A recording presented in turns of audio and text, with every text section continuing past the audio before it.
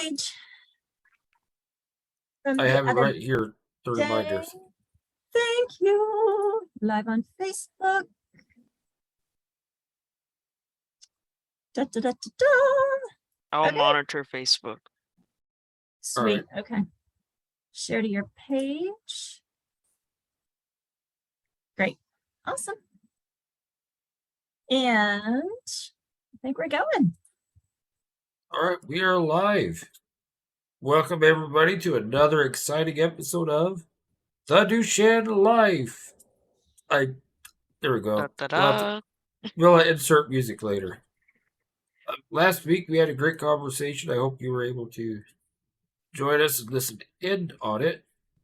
It was so great. We have Heather Benbrook here, and it was just so great last week, and there was so much we covered that we got to have a part two.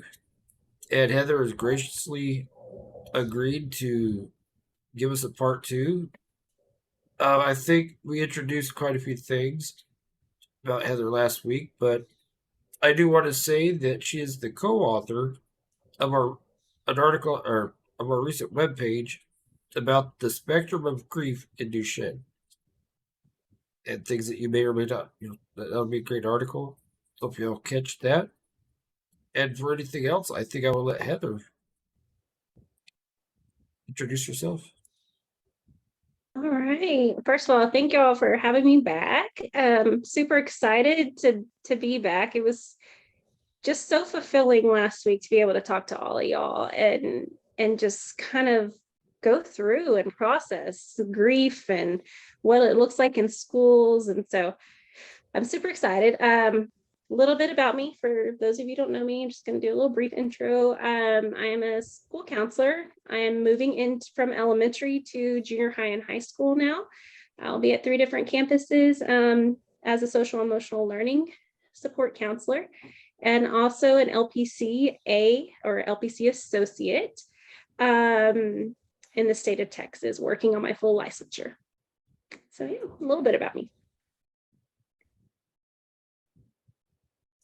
Well, that's pretty awesome. And so you really do know the full spectrum of working with youth in school and through this transition phase. Mm-hmm. A lot of experience, almost going into 14 years now. So definitely. So there's nobody like, people kids when you started, they're all graduated and done now. Yeah, really makes you feel old whenever they the kids come back and do a graduation walk, which we kind of do here in the district that I work at. And my last group of 3rd graders, when I was a teacher in the classroom, they just graduated. And then my first group, they're 21, 22, and moving on in adulthood. So it's very interesting to see the changes in dynamic over time. It's really cool. 14 years? Yeah, starting my 14th year. Yeah. What were you, 16 when you started? Thank you so much. That's so kind of you. But just a quick recap of last week. So we talked about the hardest things about school for an individual with Duchenne. There is a lot. Go back and refer to last week's episode, but we will answer any questions you have today, and also about trauma at school. And there's just so much that adults can see in a youth or a teen that they can't feel themselves. So we're very grateful for people like you. Well, thank you. So I think we. Oh, go ahead. Oh, I was just gonna say it's just what I love to do. It's just where my heart is. So. Well, good. We're grateful for it. So we talked about the problems, the things we have to face, and we really didn't get a chance to talk very much about coping. So I hope to begin with tonight, we can talk about ways to help these individuals cope. I went through a hard time with this, and I realized just the other day that it was a retired school counselor that was a family friend to help me through it. So I'm really excited to hear your advice for all of us about ways to cope ourselves and also help these young individuals cope. Yeah, definitely. I'm excited to share that for sure. So I'm kind of curious, what are some of y'all, like, just kind of start off, what is your go-to coping skill? Like what do you enjoy doing to really take care of yourself? You know, they always say somebody should have an artistic endeavor or something. For me, it was I write books, but I also like poetry about whatever I'm feeling. Hmm. I used to say it was bad poetry, but then I learned there's no such thing as bad poetry. Mhm. So just something that way you can get your express what you're feeling in a good way. Yeah, and I Yeah. was more of like playing video games and computer games, and that's kind of my go-to, I would say. Um, Other than that, I'm also really interested in like collecting like things essentially. So like I play a lot of card games, so like Magic the Gathering is what I'm interested in. So those are, I guess, some of the things I've sort of used to get past things as well. Yeah. Those are wonderful. Any others? Any other ideas? Oh, DJ said DJ said for me, it's music and getting out for a ride. yeah. Which speaking of that, we are working to help DJ get a new van. Yeah. We'll talk about that at the end of the show. Yeah. Super exciting. Any other ideas? Any other like just kind of aha moments as far as coping skills or strategies that worked over the years? For me, when I was actually more physically able, I liked working out in the yard and doing things like that, which I am working on a way to mow my lawn down. You'll see. And Matthew says, yeah, similar to me. Playing video games still helps me cope and hanging out with friends and family, and of course, music. Do you want to read the next one, Ryan? Yeah, this is from the amazing Lindy Phyllis. That my kids really benefits from just having calm and okay. We need to get a little. Or Oh, having me calm and next to him. Yeah, Well, yeah, definitely. that. co-regulation, yeah. Yeah, definitely. And I should say I play a lot of video games too. So. Yeah, Something but I've used to do, but it's getting a little harder for me is play the piano, which I really enjoyed. I really found a good teacher for that too, because if I couldn't reach certain keys or something, she would try to modify the piece so it's like at least sounds similar, but I don't have to like overstretch myself. So that was nice. Oh, really? See, you made me realize I like to sing. Like I'm working on music voice lessons. My teacher does that, but with the same thing with my voice. mm, Yeah, for sure. it's definitely an instrument, that's for sure. Yeah, my choir teacher said that too. I got into a lot of music stuff. DJ says his mom also helps ease things for him as well. Yeah, Yeah, my mom was always the person I went home and told everything to.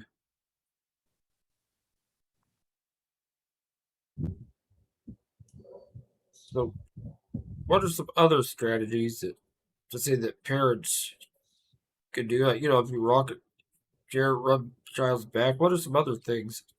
So I said, what are some things a parent can do to help the child cope? yeah. Y'all kind of hit the nail on the head on a lot of those things. I mean, anything that's any kind of creative, artistic expression.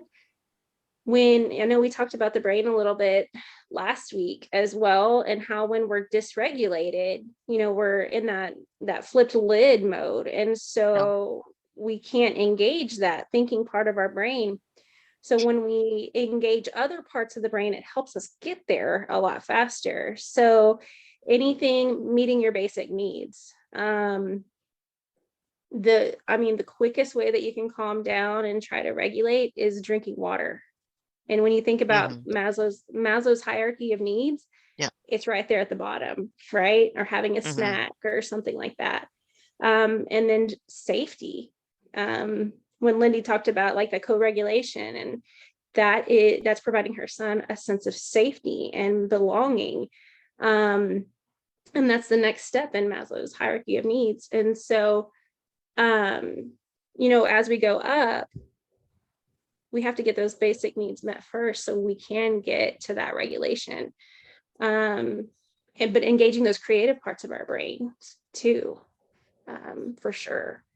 Angelus looks like she said something as well. I can read that.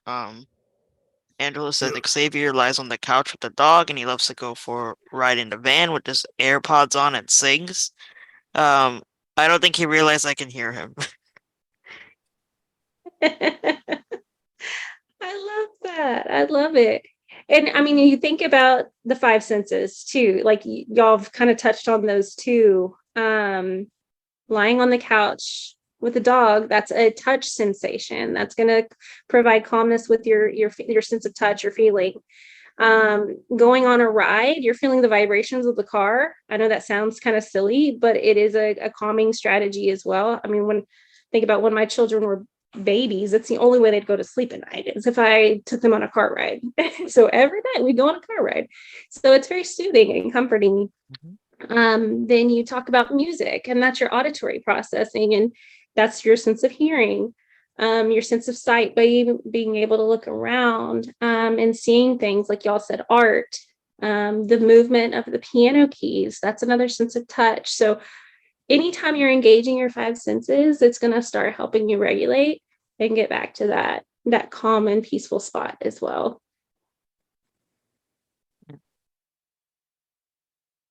And I know that Felix, you said that like you're finding that it's harder for you to do the computer, not the computer, I'm sorry, The piano. Yeah, the piano. And with DMD, I know that sometimes there's limitations there. And it can be very frustrating whenever you can't do something that you used to love to do or that helped you calm down. So finding alternative ways to find coping skills can kind of help with that frustration as well.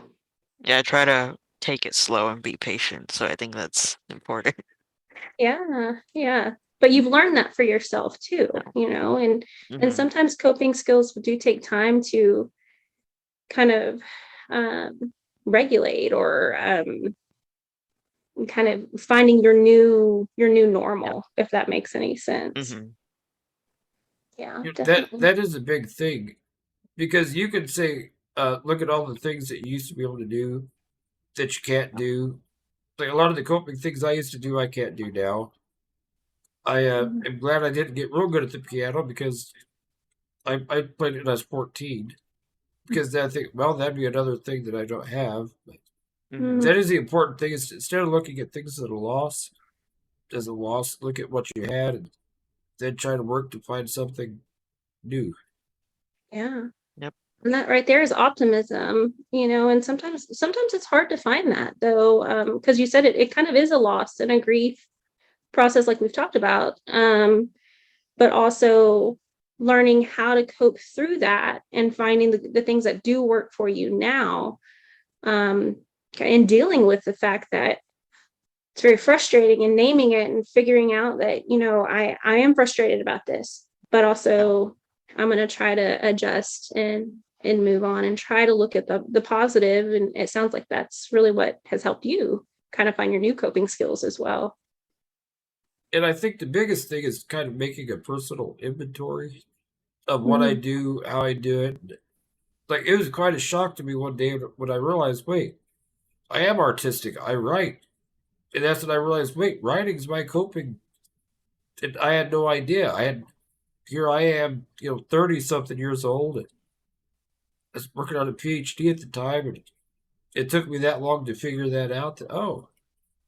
So I think that's the most important thing is for everybody to just kind of take a self inventory and look at what you do now, and you may be surprised. Oh, this is my new coping strategy. Yeah. Yeah, definitely. I want to quickly Uh, go back to Lindy's comment here. She said also it's so hard with kids with DMD because their bodies are always primed and reacting as if they're in fear. The nervous slash sympathetic system's almost always primed for DMD. Yeah, definitely. And that's that fight, flight, or freeze response that we've talked about too. And it's just more heightened because you kind of are in that flux sometimes of just having that heightened maybe cortisol levels or different things too. Um, I know that it's not directly tied to DMD, but there has been some research since 9/11. I don't know. I don't know if I shared that last time or not, but so when it's very interesting because it just kind of shows how our stress levels can affect us. So when there were women, females that were pregnant during 9/11, and they were in their third trimester, they researched the mom's cortisol levels during that trimester and then measured the cortisol levels of the babies as well during that time. And the babies' cortisol levels were elevated. Their baseline went from, just normal cortisol levels to increased significant cortisol levels just because of the stressors the mom was experiencing. And so whether that happened with a child or not, when our cortisol levels are increased and we have this, like, we keep having a new baseline of cortisol levels and stressors, it changes the whole response, that fight, flight, or freeze. And so when you're dealing with a medical condition such as DMD, like you naturally have a higher cortisol level, and so it does take a little bit longer. And I know that different neurotransmitters and things are just different, and so it's sometimes it can be harder, and we see tantrums or dysregulation maybe a little bit more with that too. And there's definitely not between fight, flight, or freeze. There's not one that's any better or any worse than the other. They're all gonna. So whether you have one or the other, you still need to talk to somebody. It's not like I think I had the fight reflex, but that got me in trouble all the time, and especially when you can't actually fight somebody. Get careful then, but so DJ go ahead. said, I have found that my hardest thing I find to cope with is feeling like I belong at times, or is that I don't belong at times. How would you recommend finding ways to get past that? Yep. And I think we've all felt that, DJ. For sure. Yeah. And then Lindy asks, oh, sorry. Go ahead. No, go ahead. Lindy says, when should a parent teacher / teacher start working on coping skills? And I'll do the question after that. Okay. I was trying to figure out like which one to answer first. I'm definitely, I want to come back to kind of like this aha moment that I had. And I think we're gonna highlight it later too in the website. But I'll come back to DJ's comment about like some strategies and how to get past that. So talking about the parent one first, and then I'll come back around. Sorry to derail you. Oh, you're fine. I just want to make sure I'm kind of making sense in the order. Starting as early as possible, like when they're young, when they I mean, I don't have a specific age really, but bonding and attachment, when we think about bonding and attachment, that happens by the age of 1. So really past that point, when they are starting to develop, when babies are starting to develop relationships and that trust and that distrust or mistrust, Start building coping skills then. And kind of modeling that too, like Lindy said earlier, when she's calm, he's calm. And so as a parent, it's hard sometimes, when you're trying to mimic that or be a role model for that behavior. But the more we can do it for ourselves, I think the better that kids can learn. And sometimes observation is the best learning experience for coping skills. But yeah, starting as early as possible. I mean, babies and toddlers are going to have tantrums, and they need to learn how to work through that. And so being like setting boundaries and setting limits, and in school, as far as teachers are concerned, start them in pre-K. If they're in pre-K, let's start coping skills in pre-K. I like something that I did at my school when I was in the elementary.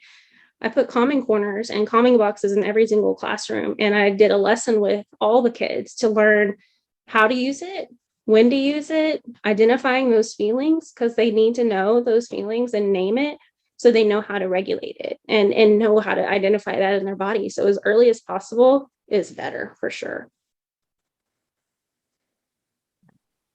Another thing too is that I just thought of this is try to expose your kids to different activities, different things, or learn different things. And maybe it'll be something that they don't want to do at this age. But there might be a day that comes, they're like, oh, I know how to do this. Maybe I'll try this. Yeah. That becomes their coping method. For me, what really helped me was I got in trouble a lot in fourth grade. And like at least twice a week I had to write essays, a lot of words. So it helped me with my dissertation because I learned how to just say meaningless stuff I don't really mean. And also my writing, because I could get creative to act like I thought it was my fault when I really didn't. But because of that, being introduced to writing at that age, I learned it made me a better writer.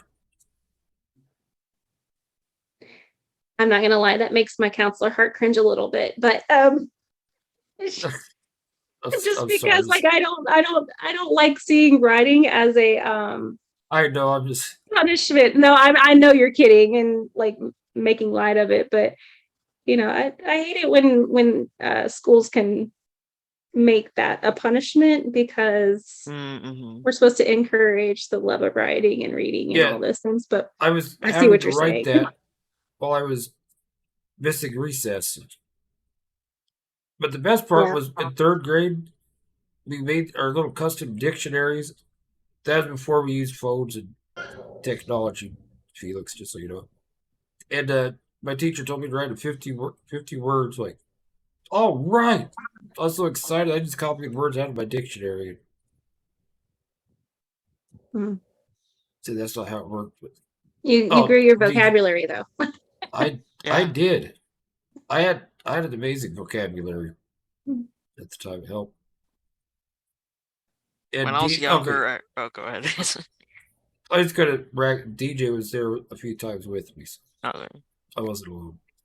Go ahead, Felix. Yeah, I just remember my parents got me like this box of cards that were funny cartoons to help me learn vocabulary.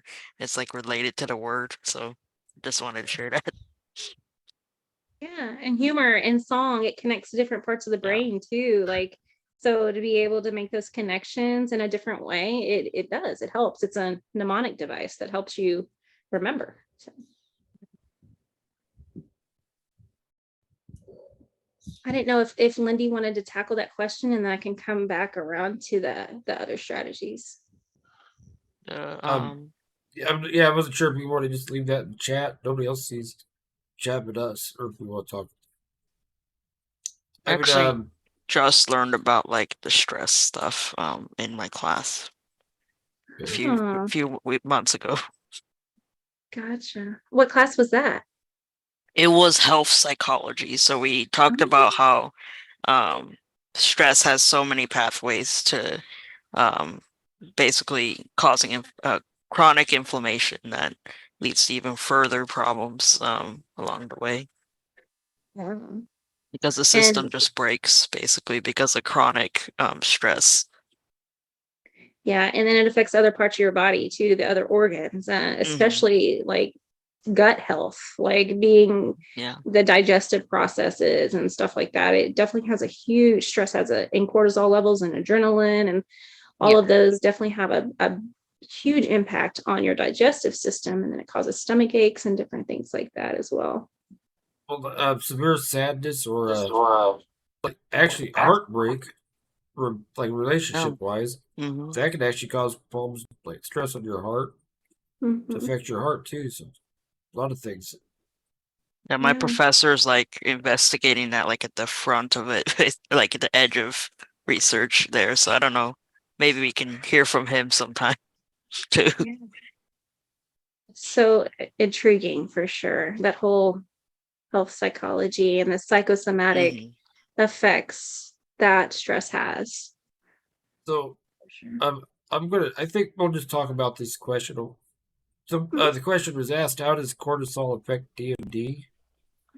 And our amazing Lindy Phyllis wrote in there that DMD actually increases adrenaline and adrenaline in the person's body.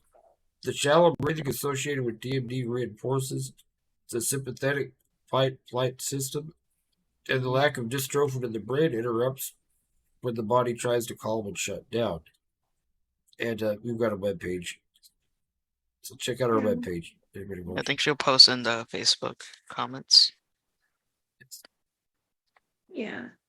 And like, like we've said, all those neurotransmitters and the hormone levels, and not just hormones like what we think of like puberty type hormones, even though that has another layer of it, but Yeah. hormones, cortisol, adrenaline, all of those things have a huge impact on how your body responds to stress as well.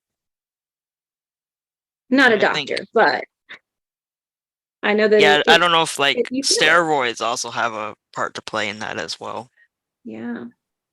Any kind of steroid therapy or different things like that can really impact that too. That's one reason it's a good idea to stay on top of your breathing, because Yeah.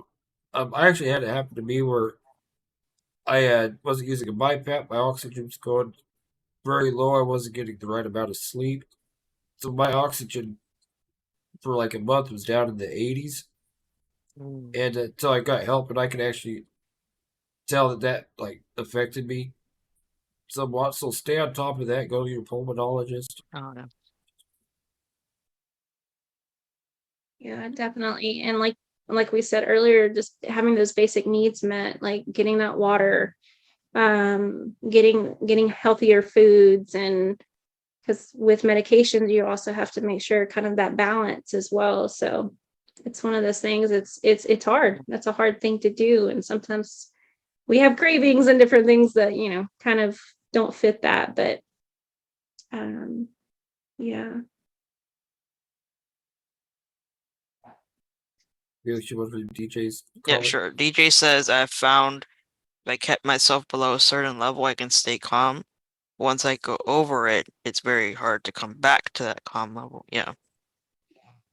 And that goes back to the brain and the stress response for sure. Like when I think I mentioned it, like when you have your brain, sorry, I keep doing the hand brain model, but when we are here and we're just slightly dysregulated, just a few little stressors going on, it's a lot easier to get back here. But when we're here and fully dysregulated, it's going to take about 20 minutes to actually get back to a full calm level. That's just the way the brain works. The strategies, like getting the water, going and taking a break, going and taking those deep breaths and trying to regulate your breathing is going to help you get there faster.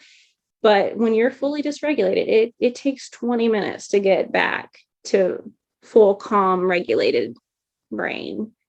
I don't know if I shared this strategy. I don't think I did. There is a strategy it's all tied with the brain as well. And I have used it since I learned about it this past year in a training, and it's called looking up. Simple as that. And what the science said or showed was when your eye position is down, when you're looking down, you're in your emotional brain. Did I already share this last week? I can't remember. Not, I guess not specifically. You did talk about the Yeah. emotional parts of the brain. Okay. Yeah. But I didn't share the strategy yet. I didn't think so. Mhm. Okay. I'm like, I don't want to repeat myself. It's just so powerful. I'm like, I like to share it with whoever I can. So when our eye position is down, we're in our emotional dysregulated brain. Mhm. And when we're looking straight, when you think of like the classroom or something like that, when we're looking straight, teachers expect you to look at them when they're teaching, and it's Oh, because your eye position is tied to your auditory processing at that point. So you're focused on that part, that sensation. But when you're looking up, it's connecting to your prefrontal cortex and your thinking brain. And so the strategy when you're looking down, and if you think about it, it makes sense, because when you're looking down, when people are sad, where do they look? Down, right? Like when you see someone sad, you're like, oh, what's wrong? Mhm. Is everything okay? We're looking down. It's because they're in their emotional brain. But when you look up, and then I added another little kind of part to it. Look up and then find 5 things you see and start leading into a grounding strategy. And it's so Mhm. powerful, Mhm. because you're looking up, you're starting to get to your rational brain again. And then you start to engage your 5 senses, which is in different parts of your brain. And so you're looking for 5 things you see, 4 things you feel, 3 things you hear, 2 things you Mhm. smell or like to smell, is what I always say, because sometimes it's hard to smell 2 different things at the same time. And then 1 thing that you taste or like to taste. And so if you lead into that looking up and then your 5 senses, then you can regulate and get back there faster to that calm, like DJ was saying. That's cool. I have to try it. I know it works. I promise. I promise you it works. It takes it a while, but you can do it. I love Well, it. I do it all the time. I think we tend to kind of look up when we're thinking, doing deep Oh thoughts, yeah, or yeah. in the Yes. cartoons they always show somebody get a light bulb above their head, because Yeah, it's like, aha, you're right, that exactly. that does Exactly. kind It of. makes sense, right? Like I just never put it into that context before until I had this Mhm. training, and it's called emotional poverty. And when I had this training, it's just like that aha, that light bulb went off. I was like, oh yeah, that makes sense. When I'm thinking, I look up. It makes sense. So you're exactly right. Think we have a question, but just real quick, I'm just kind of curious to think of like how mindfulness kind of plays in this, and like also something I like to do is like feel my own heartbeat. It calms me down, and I think it's like called biofeedback or something like that. But those Yeah. different types of things, if you had had experiences with that. Yeah, Hey, mindfulness is like the big topic right now too, right? Just Yeah, being in the moment, and that's what it's all about. And using your 5 senses.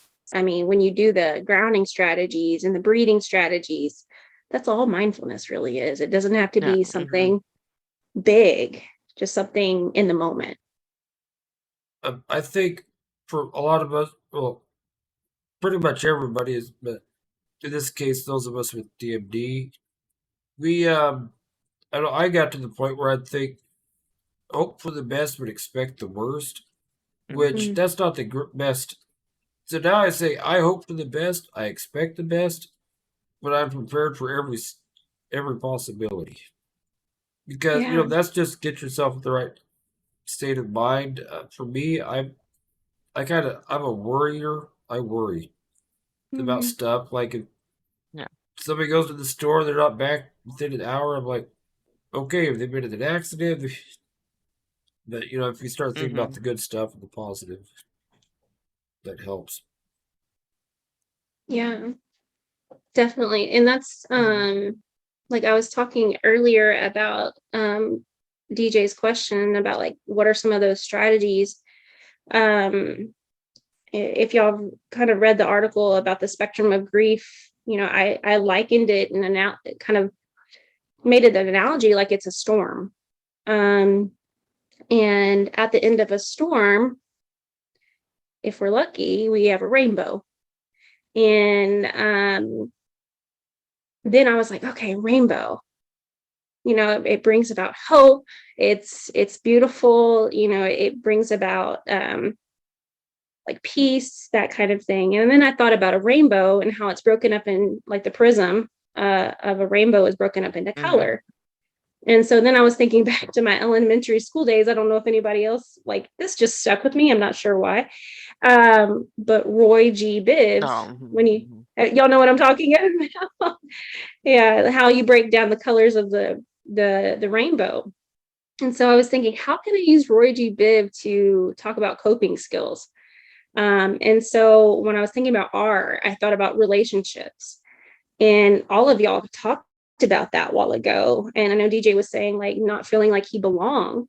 It's so crucial for us to, as human beings, to have connection with other humans. And when we don't have that, we feel disconnected, or that lack of belonging. Especially in the DMD community as well. Lindy and I have talked about it a lot, how there's just this huge need of connection and trying to provide, like we're doing right now. I mean, it's amazing that we can find these connections, whether it's with the younger generations or the adolescents or the adults, just finding that connection, those meaningful connections where we can relate with each other. And so that's a coping strategy within itself. He said only the old heads know Roy G. I'm not old. That's what you think, Felix. Old enough to know Roy G. Bibb, obviously. Yeah. So we do have a question.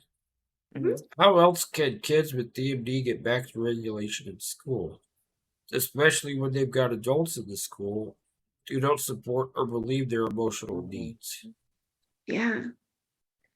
I know that's hard, especially, the education system is so stressed, and understaffed and stressed, and there's these standards that the teachers have to meet, and you do see that, and you feel that in our education system sometimes. And so the social emotional needs are not always the priority, not because they don't want it to be, it's just because of all the other pressures. And so yeah, I can definitely see that concern there sometimes, but just being an advocate for the kiddos, and just keep on keeping on with the awareness piece of needing social and emotional supports in the classroom, and not just counselors and not just psychologists and things like that in the schools, but the teachers too. And I think that it is becoming more, there is an awareness piece that is being brought to the top of concern, and especially in Texas right now. Well, really across this United States, but the awareness piece and the expectations and legislation is being passed to make sure that we are providing these services in schools, because they see the mental health crisis that we're facing. And so all kinds of different strategies, like I've said before, like calming boxes, calming corners in the classrooms, allowing the kids to take a break, take a walk, go outside, get some fresh air, get some sunlight, those kinds of things. Those are all things that we can incorporate. Brain breaks are incredibly important. I mean, as adults, we need breaks. Like, I can't sit there for 30 minutes to an hour and a half, or however long, like in training is what I'm thinking, to be like fully engaged. We have to have little breaks with our brains as well. So, just finding those little moments, that it doesn't have to take a whole lot of time, a minute here, a minute there, 5 minutes, whatever it might need to be. So there's tons of different strategies that we can incorporate in the schools that can also be incorporated with adults as well. Yeah. So And that's just teachers have so much they have to do. mhm. Like I think of my fourth grade teacher. Like I hated her for a long, long time. It's interesting. I finally forgave her. Like within that week, I saw her somewhere. I was like, wow, that's interesting. But I think for my fourth grade teacher, it wasn't so much that they didn't validate or support or believe that I had emotional needs. They just had no comprehension at all of what kind of emotional stress I was going through, transitioning into a wheelchair. Because Mhm. my teacher thought that I was just trying to get attention. Mhm. Mhm. So, that is the thing, is just educating the teachers, educating everybody that we have extra emotional needs. Yeah. And What when we're you going look at through. teacher like programs, like when they're trying to get their bachelor's degree or their teaching certificate, social emotional needs are it's not part of the curriculum. And so a lot of times it's not that they don't want to, it's just they don't feel competent to be able to. Even some school counselors that I've worked with, sometimes, especially in the earlier parts, even though we went to school for it, sometimes the programs don't fully prepare you to, or at least build the confidence to allow you to do that. It does take experience and it takes training and different things like that too. But it is getting better. I think it programs and college programs and trainings and things like that are becoming more at the forefront for those social emotional needs for sure. The school counselor that helped me, he was probably like a counselor from somewhere in the 60s to the 80s, or, maybe somewhere in there. And a lot of the things that he learned after his schooling, just from experience and taking supplementary classes. But I'm curious to find out your thought on this. One of the things he did is he'd have a child or student like just like doodle something, draw something on Mhm. paper. Do you do that a lot, or do you like Yeah. that method? Okay. Yeah, definitely. Doodling, it's engaging that creative part of your brain. And so it's not fully, you're not really rationalizing anything. You're not really thinking about anything. You're just in that moment with that pencil or crayon or whatever it may be. So it is kind of like a mindfulness, but also a creative Yeah. expression. And so definitely, yeah, that strategy is amazing. We use that all the time in schools. That Okay, actually because reminds me, in class, like I used to doodle all over my notes when listening. So I guess now that I think about it, that actually did help. Yeah. well, yeah, I do like it all he the said, time in trainings too, if it makes you feel yeah, any better. because he said he could look at those doodles and he could tell all kinds of things about the student that they were telling. Yeah. Yeah, Okay. definitely. Doodles, art, expression, just creative expression, like even a thing of Play-Doh. There's so many things that you can do with a little can of Play-Doh. Hmm. And that's another form of art expression. It's molding and that kinesthetic use of your hands. If the fine motor is a little bit more difficult, using gross motor strategies as well. Hmm. Um, so yeah, just that creative mode and just engaging that part of your brain and just really helps for sure. So, as a side note, I'm just asking for a friend. What if you eat the Play-Doh? Just asking for this friend. For the Does it friend. have any lasting lifetime effects or anything? I think it's non-toxic. It should be. If you make your own Play-Doh, you know what's in it. It's usually just salt and flour and stuff. But it should be pretty safe. But yeah, might It's, hurt or your in tummy a third little grade, bit. they brought this Uh, like scented, but it's also flavored with Play-Doh, according to this friend of mine. Anyway, DJ says that like talking about the way it is in school now, that he's happy to hear they allow those breaks today. All we had growing up was to call us out in front of the whole class. Mm-mm. I'm so glad it's changed, but I'm so sorry that you experienced that because it's very old school education mentality for those things to happen, and they're really cutting down on that kind of stuff now, which is really good. Yeah, the gotcha stuff. They're cutting down on that in the military too, like boot camps and stuff. They're doing a lot of like mindfulness and positive psychology. Yeah, definitely. I'll read Lindy's question here. How can the school support actually solving the problems, isolation, the punishment, the bullying? I hear it's getting better in the mom chats, but it's still very real and prevalent. Yeah. I mean, the honest truth through my educational experience is that I'm not trying to sound negative, but kids can be mean. They really can. And hence the reason the work that I do, to try to minimize some of that. And, typically kids are mean because someone's being mean to them, whether that's in their home and they're experiencing some type of trauma, or other kids are being mean to them. And so it causes this domino effect or snowball effect. And then they want to take that hurt, that inner hurt, and they want to take it out on other people, with the bullying, especially. And bullying, the main definition in the state of Texas, at least, is that there's an imbalance of power. And so when you think about bullying and the one that is doing the bullying, the perpetrator, then why are they trying to get an imbalance of power? It's because they don't have control over something.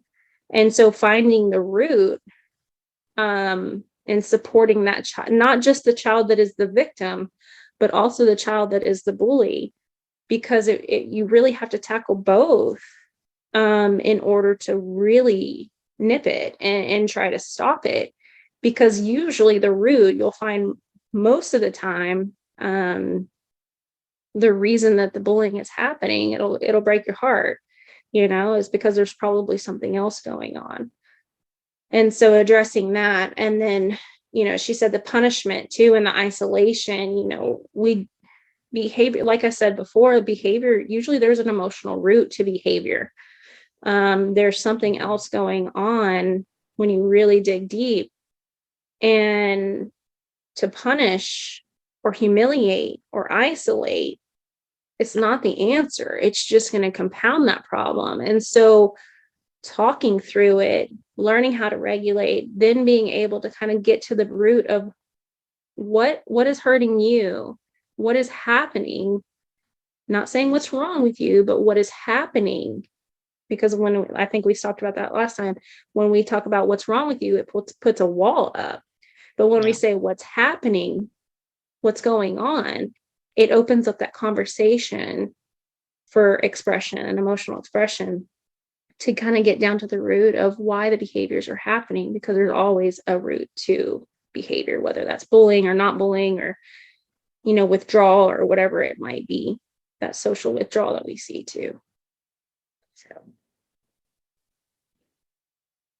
Yeah, I can think of some of the guys that were bullies when I was in school, the ones that got in trouble all the time. And then after, as an adult, I talked to relatives or heard people, some of them, they were just had really bad home lives or were abused.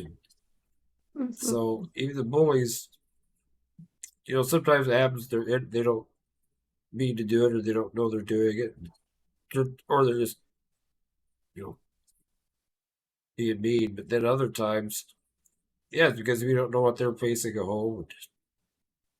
So childhood's tough. Yeah.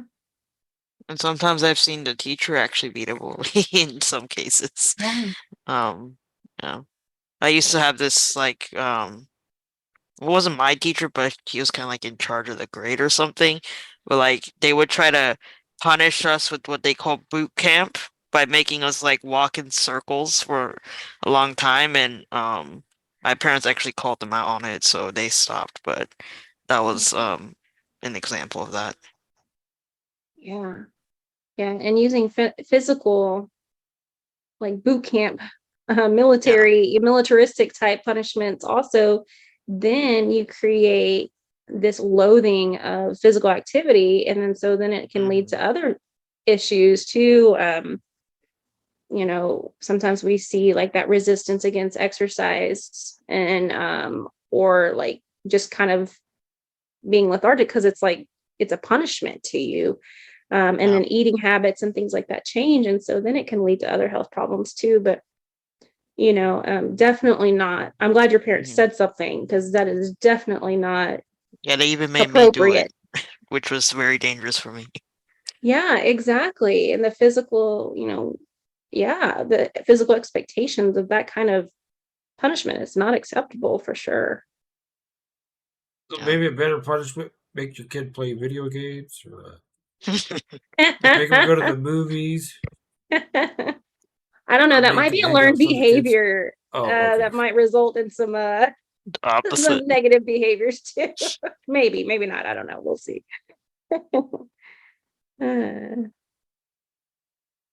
I think there's some things DJ? we need to say. Oh yeah, go ahead. Yeah. On some of the comments. Yeah. So we have a comment. I'm not sure who wants to read it, how much he wants to read, but that sometimes it's a kid's lack of understanding, and do you want to say who came up with that? But or because like suspensions don't resolve anything. Mm-hmm. Yeah. Yeah, talk about a learned behavior. When you suspend, you lose that control, that sense of control, and then it becomes a learned behavior. And what do? They keep the behavior up so they can get home because it's a way to get out of it. So that can also kind of backfire. Suspensions are, in fact, the state has changed some things with younger kids, kindergarten through second grade. They've made it to where schools cannot out of school suspend kids. Because of behaviors. It's actually, there's been a lot of changes with that too. Also, like they do it in schools, suspension. Yeah, I They don't heard in go to that the term schools. regular before. class. Yeah, or They intervention, that kind of thing. maybe they don't go to recess. Right. Yeah. DJ says a favorite punishment of a few of my teachers was to put our nose on a circle on the in a circle on the chalkboard. Y'all are breaking my heart today.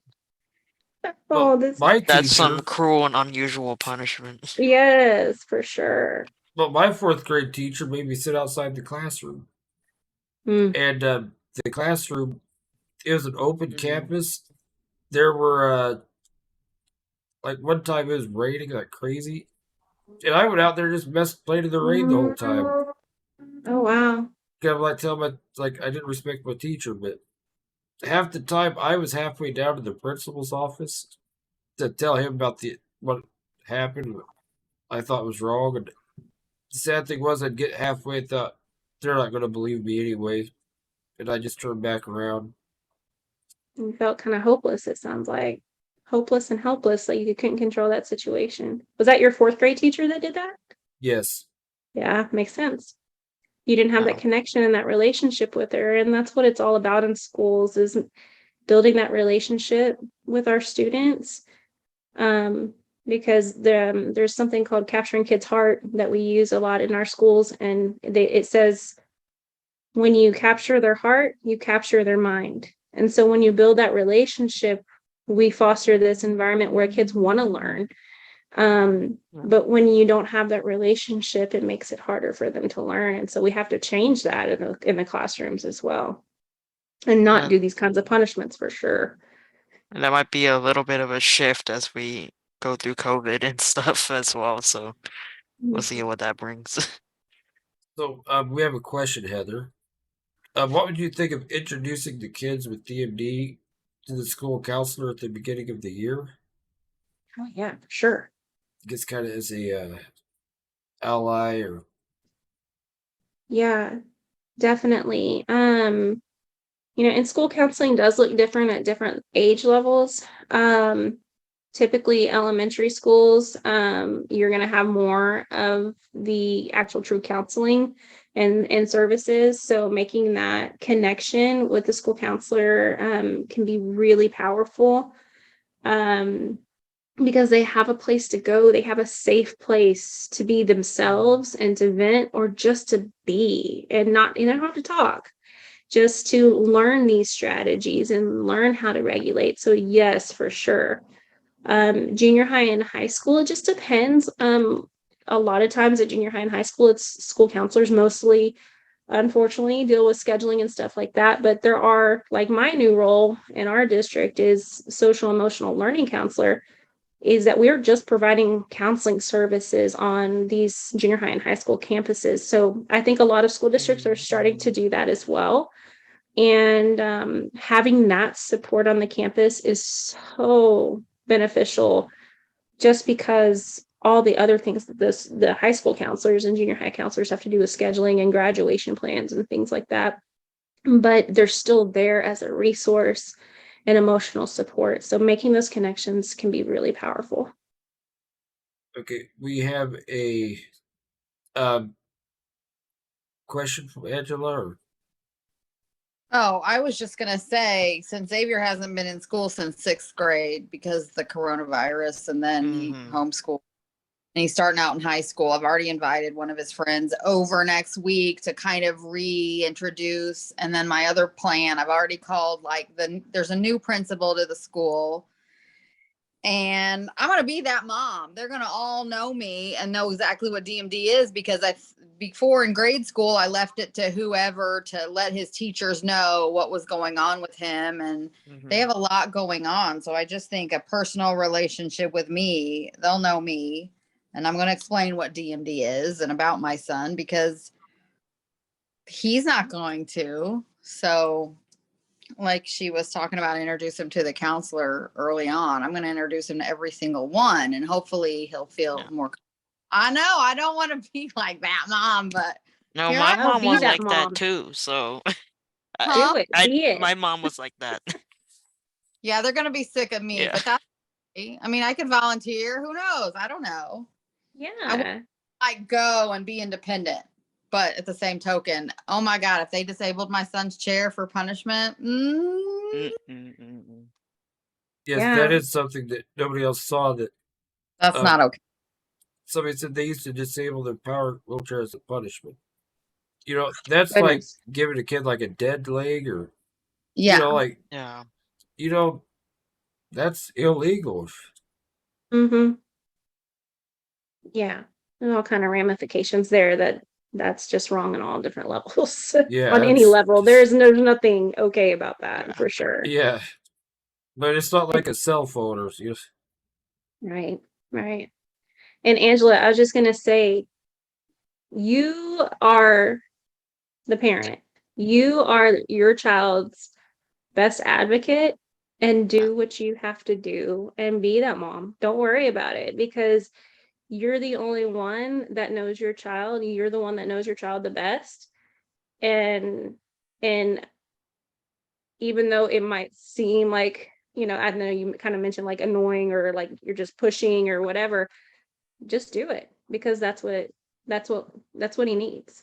Well, when we go to like, he's got high social anxiety. Lately, he's been ordering in the restaurant, which is a really big deal. And I'll ask him before, do you want me to talk, or are you going to talk? No, Mom, I think I can do it. And he'll order. And then after that, he feels victorious. Like, it's a little thing, but to him, it's huge. So I always ask, do you want me to be like, or do you want me to let you? And he'll usually, he's comfortable.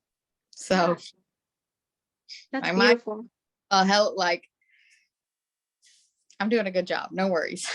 Yeah. You know, in my 4th grade class, my mom was born at a time when, like, you respected the teacher. Like, the teacher was law, you know, because my parents were actually born like World War II, like 1938 and 39. So they were older. And finally, my mom, just after me talking about stuff, she wouldn't believe it. She went to the school and was in my classroom, but I just had a blow up. And that's what made her start to say, okay, I need to step in here. And that did help a lot. Yeah, my definitely. mom would always every year make sure we like meet with the teacher, me and my mom, and talk about what my needs are, kind of basically. And Yeah. it helps, but sometimes there are those teachers, but yeah. Yeah, definitely. Heather, Mhm. we've been talking for about an hour now. I see that. Like, I It's think we been kind of good. stretched this out so we can get a part 3 and a part 4, maybe 5, then a sequel and a trilogy with you. Or, um, but before we go, Lindy is wondering if you could run through the Roy G. Biv for parents and teachers Yeah. to share his. I just thought that was a thing about colors. Yeah. No, I know I kind of mentioned it earlier, but you know, my brain is very I work with analogies a lot in my Mhm, brain, and like mhm. I always try to connect it to something relevant or catchy or something that I feel like will connect with people. And so when I was thinking about grief and writing some of the things about grief, I talked about the storm, but then I talked about the rainbow, like we talked about, and then breaking it down into Roy G. Biv. And so what I related as our rainbow, our coping skills. So I think of the rainbow as like our coping skills through grief or through Yeah. loss Mhm. or, through the difficult times in life. And so we talked about it stands for relationships, building those relationships. O is optimism. And I know we touched on that today too. Just trying to keep that Mhm. positive mindset. And if we can't get to positive, just being realistic and trying to get out of that negative mindset sometimes. That's hard though. It can be hard. The Y in Roy G. Biv stands for YOU. So focusing on you and focusing on your needs and taking care of you in the moment. So using those Mhm. mindfulness strategies and things like that. And it's not selfish to take care of yourself. They call it self-care for a reason, but it's not selfishness. The G stands for gratitude. Um, Trying to find something. It doesn't have to be these big thankfulness things, but just some little something, finding something every day to just be grateful for, and to show gratitude for, even though things are tough sometimes. Could just be that, oh, it didn't rain today. Oh, that's amazing. Hey, we're thankful for that. We want And rain. I know. Well, now we do want rain, but Yeah, yeah. yeah, sometimes we want the sun and sometimes we But don't. then So once you get the red, it's like, okay, I'm tired of this. Yeah. yeah, exactly. And then the mosquitoes come, but I Oh yeah. digress. Mosquitoes are awful. Yeah, they suck. Literally. Yeah, literally. So yeah, that's the G. So G is for gratitude and finding those strategies to help us journal or write down little thoughts every day. Um, B, I said for boundaries, because sometimes we have to tell people no. And that is Mhm. hard sometimes. And know what our limits are, know what our boundaries are, and kind of set that tone, because we tend to, as humans, want to do things for others a lot. And sometimes we just have to say, you know what, I have strengths and I have weaknesses. And sometimes I just need my me time, or um, I need to know what I can and cannot do in the moment. Um, and then I is introspection, is the word I came up for with I. Just reflecting on our thoughts and our emotions and just being in that moment, along with mindfulness strategies as well. And just reflecting on how we're feeling in the moment and what our thoughts are. And then the last one, V for Roy G. Biv, is validation. And that we need validation, not just from others, but for ourselves as well. So taking care of ourselves, telling ourselves positive thoughts instead of the negative thoughts that we tend to tell ourselves when we have doubt and stuff like that. So that's kind of the umbrella, the little bow on the coping skills, just kind of putting it into like this rainbow vision. But also like each one of those sections, we can talk about different coping strategies within it too. So like it can just be taken so much, but ultimately trying to find that light, that rainbow in the storm that we call grief and trauma and different things that were, and just life. Sometimes life brings storms, and then we find our rainbow.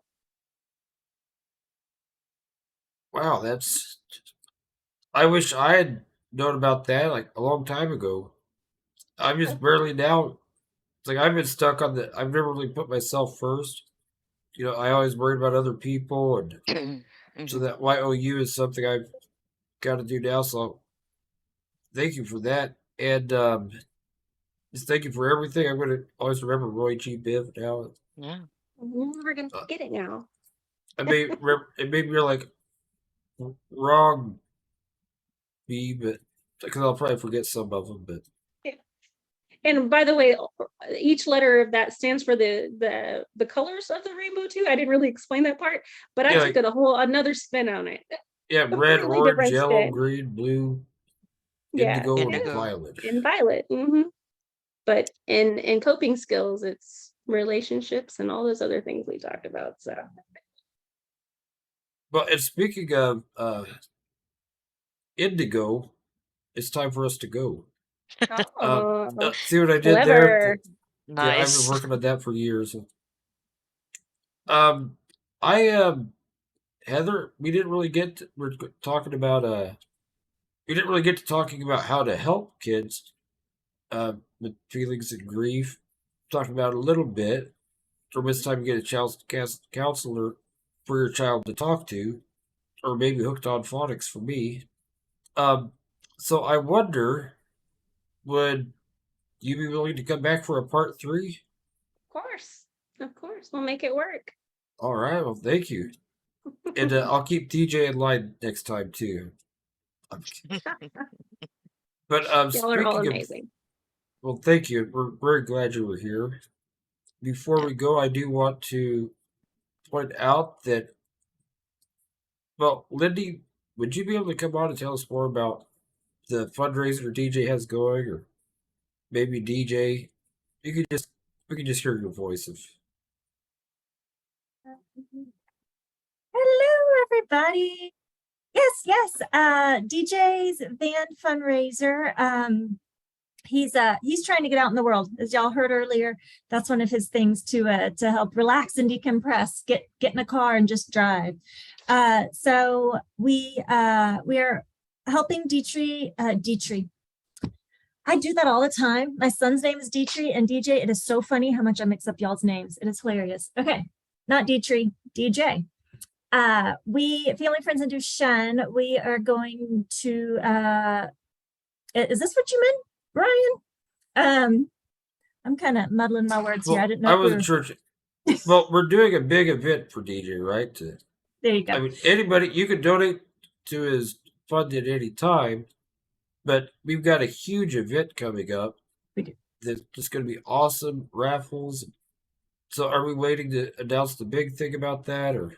Well, let's go ahead and do it now. So, guys, we will be hosting a virtual fundraiser for DJ. We're so excited. The last Saturday of this month, we are going to have, like Ryan said, we're going to have raffles, silent auctions. Let's see, we're going to have Heather there for Ask the School Counselor. We're going to have Leona there for... I'll definitely be there now. If Heather's there, yeah. We'll have Leona there for Ask an Attorney. And after hours party, we're going to have the roast of DJ Kimball. So during the daytime hours, it'll be some good, clean fun. But after hours, the gloves are off. So yes, we are going to nickel and dime you for every single thing so that we can get some donations for DJ through the Jet Foundation, and we'll be sharing some more information soon. But yeah, Yeah, That's I'm our working new on some plan. good stuff to really roast you, DJ. But usually out. DJ gets to roast us after. And DJ is not looking for volunteers for the roast. He already has who he needs, so nobody needs to volunteer. Let's see. DJ said that he's very much looking forward to the roast, man. I am too. Just wait till the day after, DJ. DJ also said, hopefully everyone will come out. We would love to. It's going to be a really big fun party on something called Kumo Space, just something else we're rolling out in a week or two. So stay tuned. Yeah. And just for a reminder, DJ is currently driving a 1987 van. So this is very needed. So And I just found out it has no air conditioning. It's like that's wild. Yeah. So we got to get DJ back into this millennia. Is that the right term? Millennia? Century. All right, there we go. So everybody out there, go become Robin Hood or something. Let's get DJ. Well, okay, I don't recommend robbing from the rich. You get in trouble for that. But yeah, all right, that's great. And remember, this is now a podcast. They edit out some of the extra fluff that I probably add in. They cut out like half of my good stuff. I tell you, I don't get no respect. But I think over through Anchor, and it's available in many places. So you can find out more on the website. Yeah, definitely Spotify. So you could go to sleep with us. Just make a playlist. You can play us all night long. Like, oh yeah, you want to go to sleep? Hey, that's mindfulness. There we go. So we'll make a special sleep podcast or ASMR. Yeah, I'll do an ASMR stream for us. So we should put it here. All right. Thank you, everybody. We hope to see you next time. All right. Have a Bye. Okay, bye.